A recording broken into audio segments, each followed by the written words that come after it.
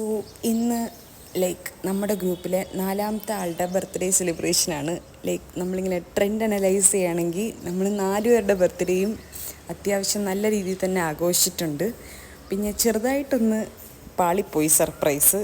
അവൻ നമുക്ക് മുമ്പായിട്ട് അവിടെ എത്തിയിട്ടുണ്ടായിരുന്നു. പിന്നെ അവനെ കോവിലോട്ട് പറഞ്ഞു വിട്ട്. അപ്പോഴേക്കും ഞാനും ആലിയും കൂടെ കേക്കും കാര്യങ്ങളൊക്കെ സെറ്റാക്കി. അങ്ങനെ അതൊക്കെ കട്ട് ചെയ്തു. So happy.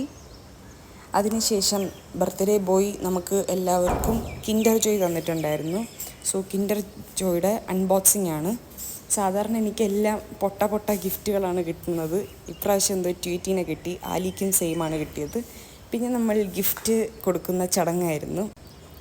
അങ്ങനെ അവൻ ഗിഫ്റ്റ് അൺബോക്സ് ചെയ്യുകയാണ്.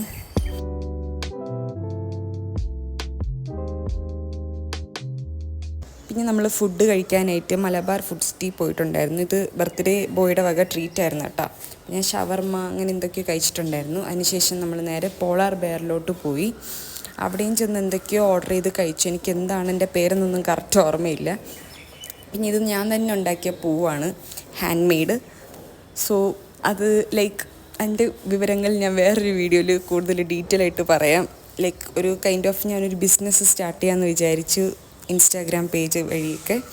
സോ അതാണ്. അപ്പോൾ അതിനെ ചുമ്മാ പ്രൊമോട്ട് ചെയ്യാൻ വേണ്ടി ഞാൻ കുറേ വീഡിയോസും കാര്യങ്ങളൊക്കെ എടുത്തതാണ്. അത് കഴിഞ്ഞിട്ട് നമ്മൾ അവിടെ നിന്ന് കഴിച്ചു. കുറേ പിക്കും കാര്യങ്ങളൊക്കെ എടുത്തു. നമ്മൾ നേരെ അവിടെ നിന്ന് ഇറങ്ങി. അപ്പോൾ ഇതായിരുന്നു നമ്മുടെ ഒരു കുട്ടി ബർത്ത്ഡേ സെലിബ്രേഷൻ. So by.